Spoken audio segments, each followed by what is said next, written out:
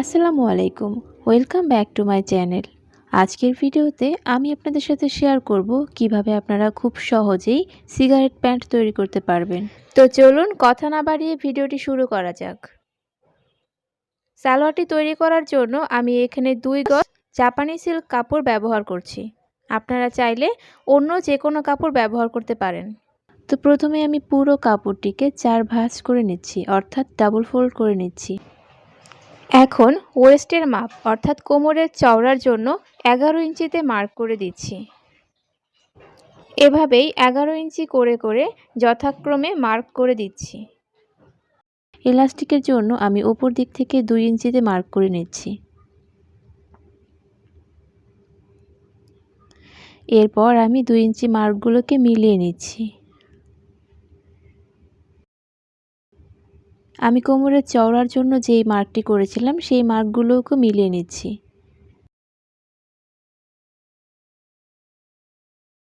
এখন আমি হাইয়ের মাপ নিয়ে নিচ্ছি। এলাস্টিকের মাপ থেকে হাইয়ের মাপ নিচ্ছি 14 ইঞ্চি।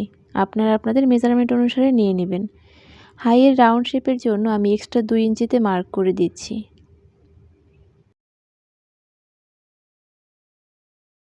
এরপর আমি সেখানে একটি রাউন্ড শেপ করে দিচ্ছি। অ্যাজ ইউজুয়াল আমরা সালোয়ারে যেরকম রাউন্ড শেপ করে থাকি।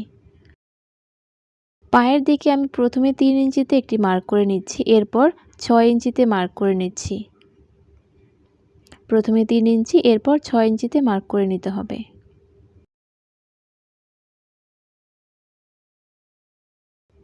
এরপর আমি হাইয়ের মাপের থেকে পায়ের যে মার্কটি করেছিলাম সেই পর্যন্ত মিলিয়ে নিচ্ছি একটি স্কেলের সাহায্যে। অপর সাইডেও আমি একইভাবে স্কেলের সাহায্যে মার্ক করে নিব।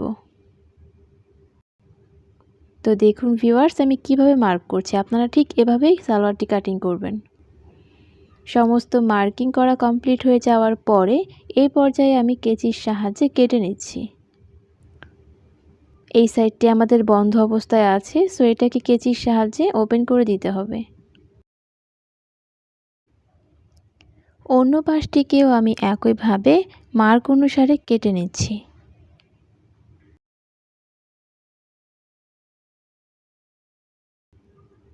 কেটে নেওয়া কমপ্লিট হয়ে গিয়েছে। এখন দেখতে পাচ্ছি সালোয়ারটির লম্বা আছে 41 ইঞ্চি।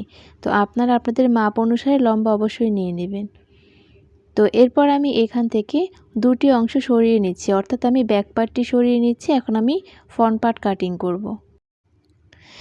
এটি হচ্ছে আমাদের ফ্রন্ট পার্ট। এখন আমরা এই অংশটি কাটিং করব।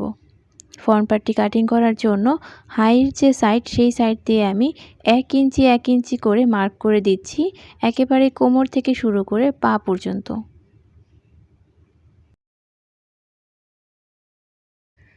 এক ইঞ্চি 1 ইঞ্চি করে মার্ক করার পরে এখন আমি স্কেলের সাহায্যে মার্কগুলোকে মিলিয়ে নিচ্ছি।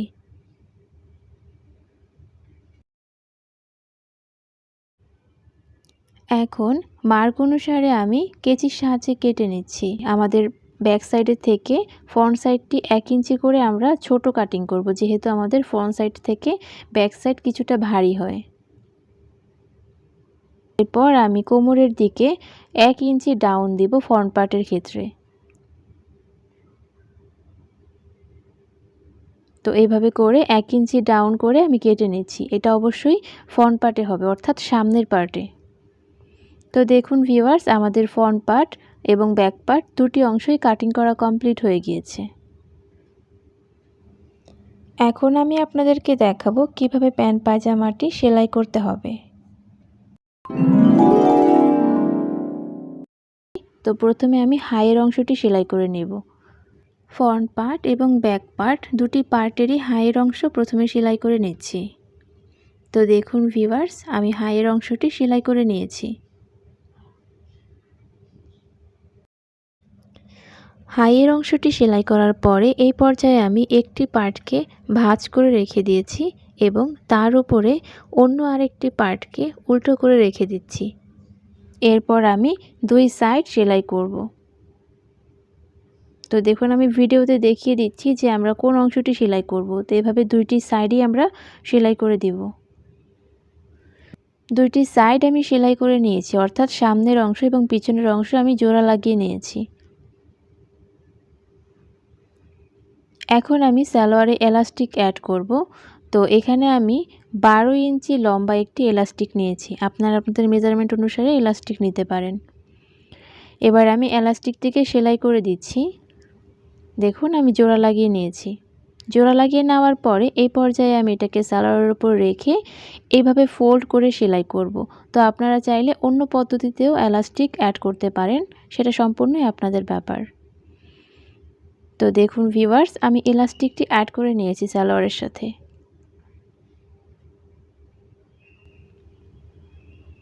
এলাস্টিক সেলাই করে নেওয়ার পরে এই পর্যায়ে আমরা পায়ের অংশটি সেলাই করব। তো পায়ের অংশটি কতখানি চওড়া সেলাই করবেন সেটা সম্পূর্ণই আপনাদের উপর ডিপেন্ড করে।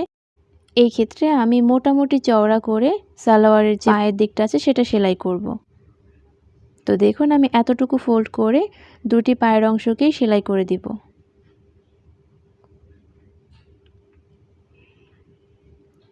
পায়ের অংশটি আমি সেলাই করে নিয়েছি।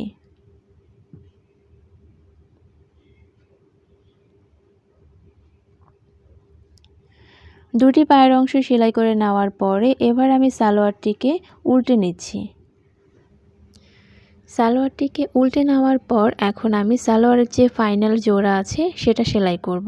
অর্থাৎ পায়ের দিক থেকে হাই হয়ে অন্য পা পর্যন্ত আমি সেলাই করে দিব।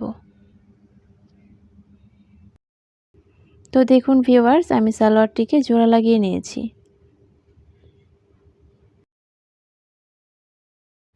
এই পর্যায়ে প্যান্ট পাজামাটি সম্পূর্ণরূপে তৈরি। তো এটাকে আমি ভাঁজ করে নিচ্ছি। তো দেখুন ভিউয়ার্স, ভাঁজ করে নেওয়ার পরে প্যান্ট পায়জামাটি ঠিক কতটা সুন্দর এবং পারফেক্ট দেখাচ্ছে।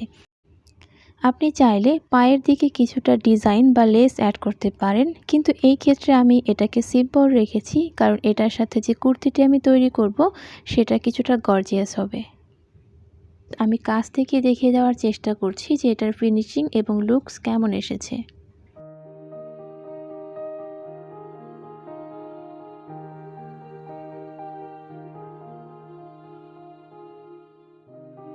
আজকের টিউটোরিয়ালটি যদি আপনার ভালো লেগে থাকে তাহলে লাইক এবং কমেন্ট করে অবশ্যই জানাবেন। আর আপনি যদি আমার চ্যানেলে নতুন হয়ে থাকেন তাহলে প্লিজ এখনই আমার চ্যানেলটি সাবস্ক্রাইব করুন। আজকে এই পর্যন্তই, পরবর্তীতে দেখা হবে অন্য কোনো টিউটোরিয়াল নিয়ে। ততক্ষণ ভালো থাকবেন। আল্লাহ হাফেজ।